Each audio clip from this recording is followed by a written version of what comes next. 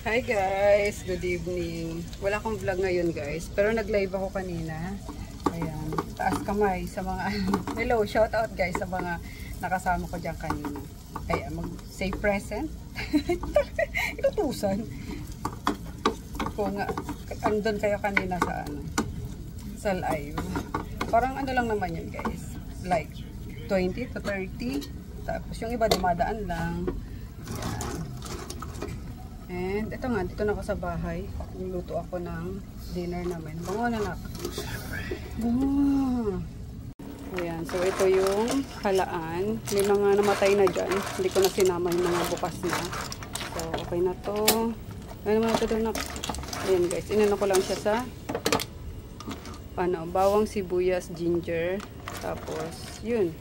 Hanggang bumuka siya sa sariling niya. Katas. Then nag-add ako ng soup. Dapat ganyan yung soup. Ayan o, super milky. Yung sa parang tinatapon ata nila yung or binablanch na muna nila sa kumukulong tubig yung halaan. Kaya malinaw yung sabaw. Lagay mo natin doon. Candy masarap. Masarap din naman, pero parang light lang yung niya, yung lasa niya. Napabot ako dyan ng yung ba yun? Oyster. Tapos ito yung sobra or kalahati doon sa hipon na inulam namin. Okay na yun. Pang lang. Lasa lang. Konting oyster lang. Favorite yan is pagkahipon. Dati tempura. Ngayon. Tapos konting salt. Lagyan mo konting salt. Konting-konti lang. Ano dito? Ito. Konti lang. Isang pinch. Hindi naman. Bata mo na yun. Yeah. This much lang. Ang dami pa rin yan eh. Konti lang yan. And that's it. Dali mo na itong dun. Sabaw. Kain na kami guys kasi hindi pa ako kumakain ng ngayon. Ng rice. So hindi ako mag-rice kasi nagda-diet nga tayo. Nakita ko yung tsura ng katawan ko guys. Oh my god. So na. Unsightly na. Diyan sa ilalim, ayun sa ilalim ng konti pa kasi frozen tong shrimp.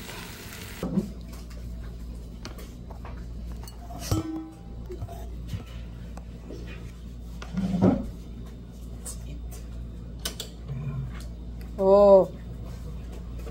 Paano pala yun? Kain tayo guys. So ito na lang na kami. Kasi lalamig agad tong sabaw eh. So, ipakita ko na sa inyo, diba yung ulam namin. Tapos yun. Sarap. First ko to? First meal. Dati siya muna. Father, Son, and Spirit.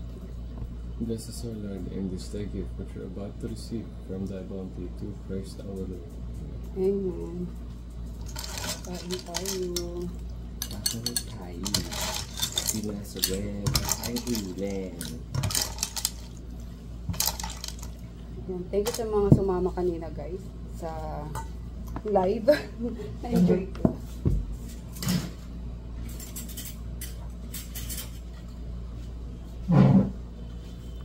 Sa buro di ako magkakanin pero let's see. At diet na nga ako tinutsura. Masarap. Oh my gosh. Para siyang tinolang yung the way na pagluto ng tinola ganon. Mas gusto ko pa rin to kaysa yung version ng ng manhan.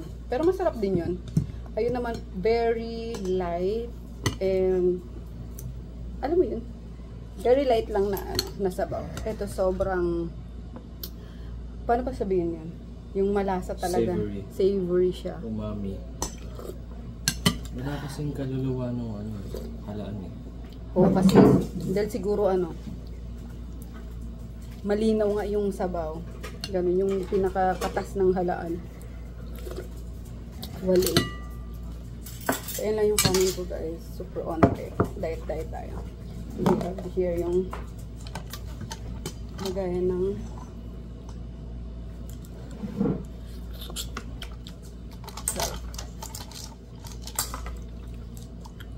Pero masarap nito, fresh talaga.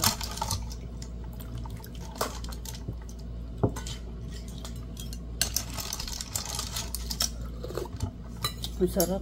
Sobrang satisfying ano. Yan yung anak ko. Kami lang dalawa ngayon. Tapos may dahon ng sili. Sarap na.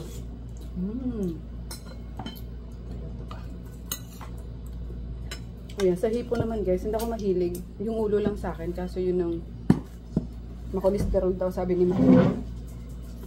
Kaya, tama naman na yan. Kagabi kasi kumain din kami niyan.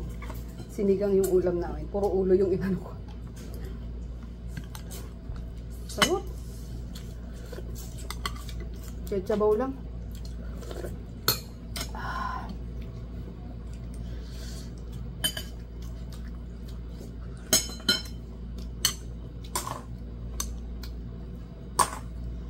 Medyo mahal nga lang siya compare sa manok pag nagtinola kayo. Kasi 1 kilo, 160 na nak.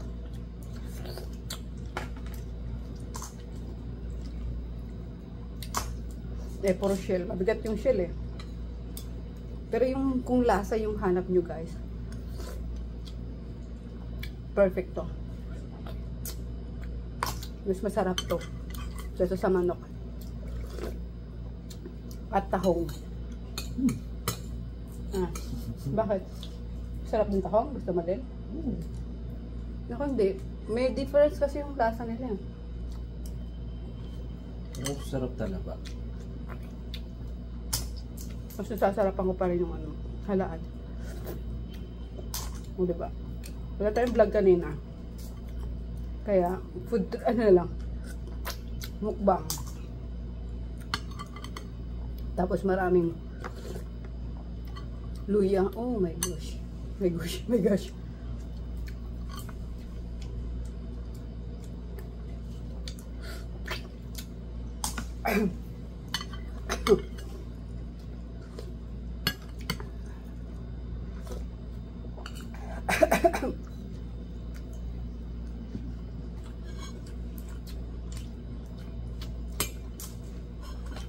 Kamay na yung anak ko.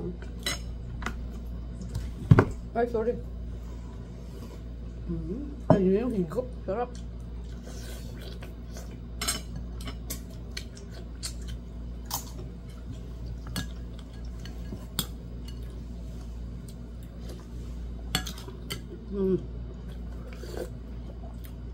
Alam ko guys. Sorry na agad. Sabihin nyo, napapalunok na naman kayo. Sorry. Sabi ng iba, kailangan pag nanonood ako ng vlog mo, Miss Mafi, may kinakain din ako eh. Especially pag may kinakain ka.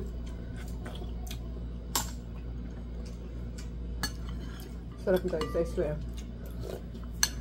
Try nyo to. I-compare nyo yung tahong sa halaan. Yung halaang ano lang to, kasi may halaang alat, may halaang tabang. Tabang lang to. Pero, ito best. Nag-uulam kami nito nung bata pa kami. Isang ano yan, talyasin na malaki yan. Kasi nga, more on shell naman to, di ba? Yan, paramihan kami ng mga kapatid ko na ano, palakihan kami ng tumpok ng ano, ng shell.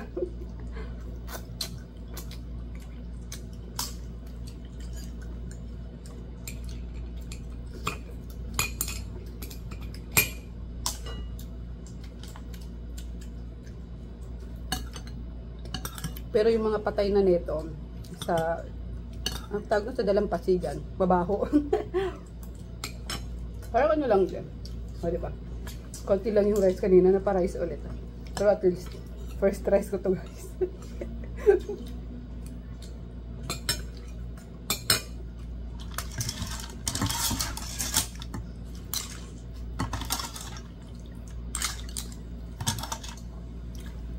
Ay, sarap. Tsaka paano to sa mga buntis, mga expecting dyan, mga mami. Paano to? Gatas. Lalo na kung yung dahon na ilalagay nyo, malunggay pa. Ay, nako. Kasi, sabi ni mama, nung buhay pa daw lola ko, every time na manganganak siya, laging ganito, or before pa siya manganak, laging ganito na yung ano nila, yung niluluto ng lola ko para sa kanya, para magatas siya. Ayun, lahat naman kami guys, ay hindi, pwera dun sa dalawang bunso, ano na yun eh, mix na yun eh, breastfeed tsaka bote. Pero kaming ano, 6, breastfeed talaga. Kaya naman malulusog kami lahat. Alam mo ngayon, malulusog talaga, literal. Hindi kami sakitin ng mga bata. Hindi sa paghahangad. Never kami na hospital guys ng mga bata. I mean, siguro nakiklinik lang, yung ganyan, pag-injection. Or, ako naklinik ako kasi nagkaroon ako ng like rashes, yung, kung kung saan galing yun. Sa legs ko yun eh. So, yun lang. Pero awa ng Diyos, never kaming na-hospital talaga magkakapatid. Doon pa lang, mayaman na tayo, no? Na malusog tayo. Hindi counted yung nanganganak. Hindi counted na ang anak.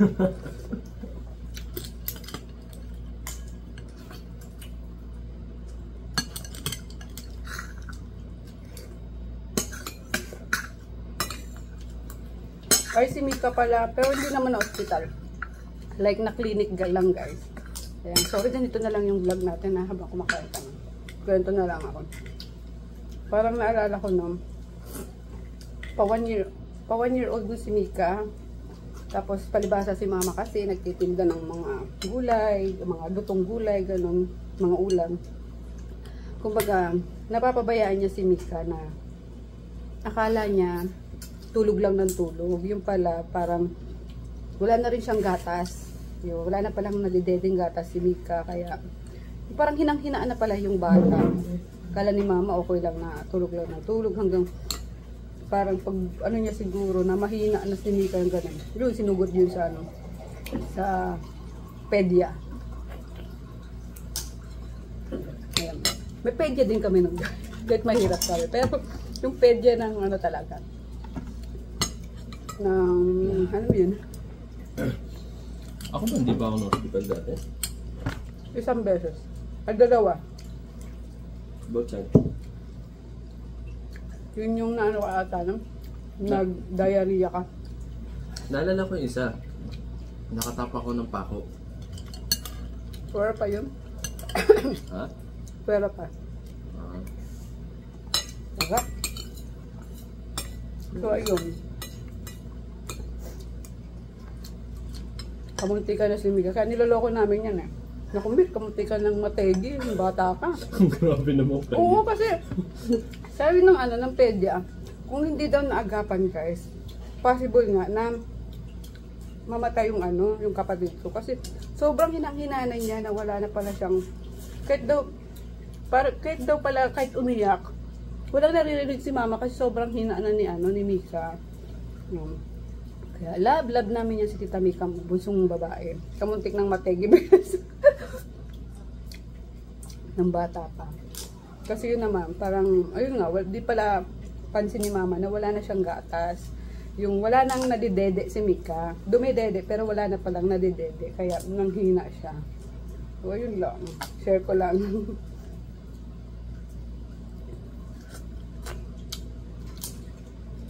Tapos, ayun. Sumunod na nga yung 2. Ano na siya? Ano na sila? Mix na sila. Dalawang boys. Tapos, may ano pa dyan? May history pa kami nung ni Tito Jack mo. Kasi alam nyo guys, diba? Yan na talaga yung vlog namin. Palibasa, madami na kami. High school kasi ako, like, buntis pa si mama, parang 4th year. 4th year ba ako nun? 4th year. Or 3rd year. Parang buntis pa si mama, nagbubuntis pa. So, para sa akin kasi, ang dami na namin, nahihiya na ako. Tapos, nung pinagbuntis niya yan si Jack, Inis na inis talaga ako noon. Galit talaga ako kay mama. Parang ano ba yan? Dami-dami na nga namin. Nagbuntis ka na naman. Ganun. Kasi every time na magpapakilala kami nun sa school, ayan, ilan kayo magkakapatid. So pag sinabi kong ganyan, sasabihin naman ng mga teacher, ayan, sipag ng nanay at tatay mo. Kumbaga, nakakahiya noon. Ganyan, nakakahiya na. Di ba? Anak ng anak ng mga magulang ko. Pero ngayon guys, nako. Ngayon nagpapasalamat ako na madami kami. Kasi sobrang happy. Di ba na? Kasi katulad ni Chris, sobrang lonely niya. Wala siyang nabubuli. So ayun. Kaya siguro nung lumabas din yung si Jack, naano ka din naman siya, na inalagaan ko din naman siya. Pero nung nasa tiyan pa lang siya, parang hate ko siya. Ganun. Di ba ang bad kong ate. Pero ayun nga. Love ko din naman yung kapatid ko na yan. Hanggang nasundan pa, yung bunso nga. Diyos ko, Lord, nawaluhan pa. Pero ayun naman, last na yun si bunso, pinaano na ni Papa. Hindi Tito Rico pa, inampon. Si Rico pa, may inampon pa, di ba? Tapos mga klase ko, may inampon din kami nun eh. Mga tumira sa amin. Kaya, makikita nyo naman na mabait ko sa mabait kami guys, kasi ang dami naming extended family, di ba? Ngayon si Emer, mga ganyan, yung mga college kami. College ako, yung mga kaklase ko, yan. Yung mga naglalayas noon, ayan. Yung kumari ko ngayon, si Gay. Hi, Mare. Alam ko na road ka ng vlog ko, ayan. Isa ka sa layas noon na, naalala mo yun? Sinundo ka pa ng ano, ng mga kapatid mo sa sa palengke. Literal, yung kumari ko na yun, college friend ko. Layas sa ano, sa kanila, sa Valenzuela, sa mga kapatid niya. Tapos ayun nga, sa amin tumuloy mga parang 1 week lang naman ate ko. Tapos sinundo na nila ate tsaka ni kuya. Parang may nagawa ata to si Gay na hindi ano natakot sa mga kapatid. Yan. Tapos syempre kinausap ni ano ni Papa yung sila ate tsaka si kuya na ba't ganun, bakit ayaw umuwi ni Gay, yung ganyan. Tapos okay naman si Gay doon. Pero syempre, since may mga guardian siya, talagang kinausap din ni Papa si Gay na yun, sumama na nga. Naalala mo ba yun, Mare? Ayan. Tapos tatlo kami noon, sabay-sabay naliligo talaga. Sabay-sabay papasok. Kasi magkakaklase kami noon, isang block kami noon. Nakakatawa din ng college namin. Ayan. Tapos natutulog pa kami sa ilalim ng papag kasi yung ano niya yung ibabaw, tindahan na namin, tapos sa ilalim parang may ano siya, may parang ginawang ano, tulugan.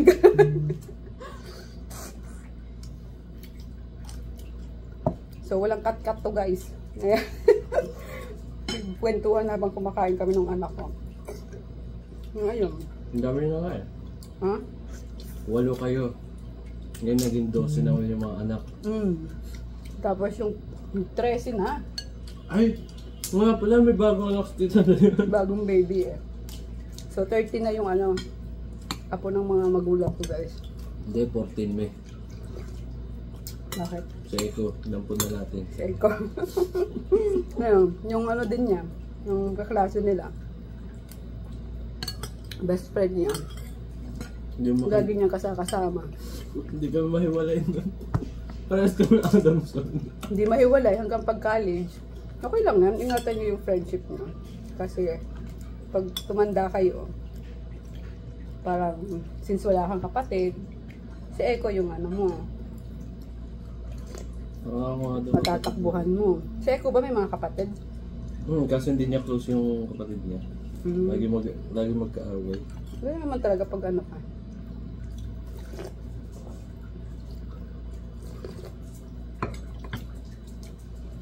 So, ayan, I'm done. Yung ano namin, guys. So, sana naaliw kayo kahit na ganito lang yung vlog namin. Parang over dinner lang. Lubos na. Naman sa konti. Lubusin mo na ito na. Kasing konting-konti na lang. For sure natatawa yun si ano. Si Gay. Tita Gay mo. Tapos inaanak ko din yung ano nun. Yung anak ko.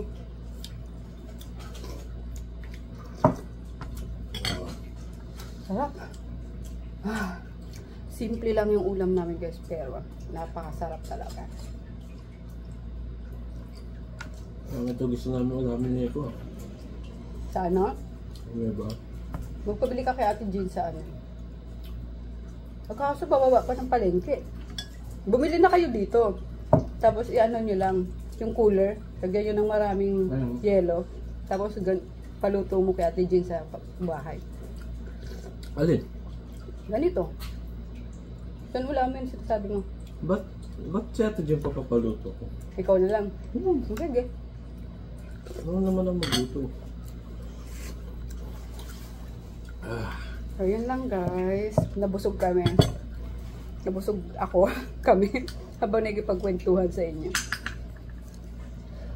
So, yun lang muna yung vlog natin today. Good night! Bye-bye!